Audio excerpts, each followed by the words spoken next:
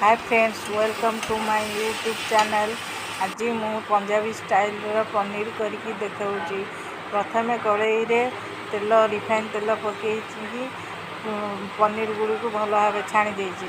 पियाज अदा रसुण जोड़े कंचा लंका आउ टमाटो छोट टमाटो गोटे पेस्ट करदे से तेल मसला पकईली। हाँ, से तेल टिके सामान्य घी पकईबे। घी पकईले तरकारी टेस्ट बहुत बढ़िया लगे।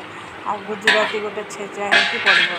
तापर मसला पियाज अदा रसुण टमाटो मसला कषिले जीरा गोटे चामच धनिया गोटे चामच पड़ो हलदी लुण मसला सब पकईदे। पकईकी भल भाव मसलाटा कषिबे। कषा हो सारापर पनीरटा पड़ो। पनीर की पकईकी टे समय कषिकी ढाँकीदेवे। पनीरटा नरम हम। तापर दही पकईबे। दही पकई आउे कषिबे। कषाइले पानी देवे। पानी दे लास्ट को कस्तूरी गरम मसला पकईबे।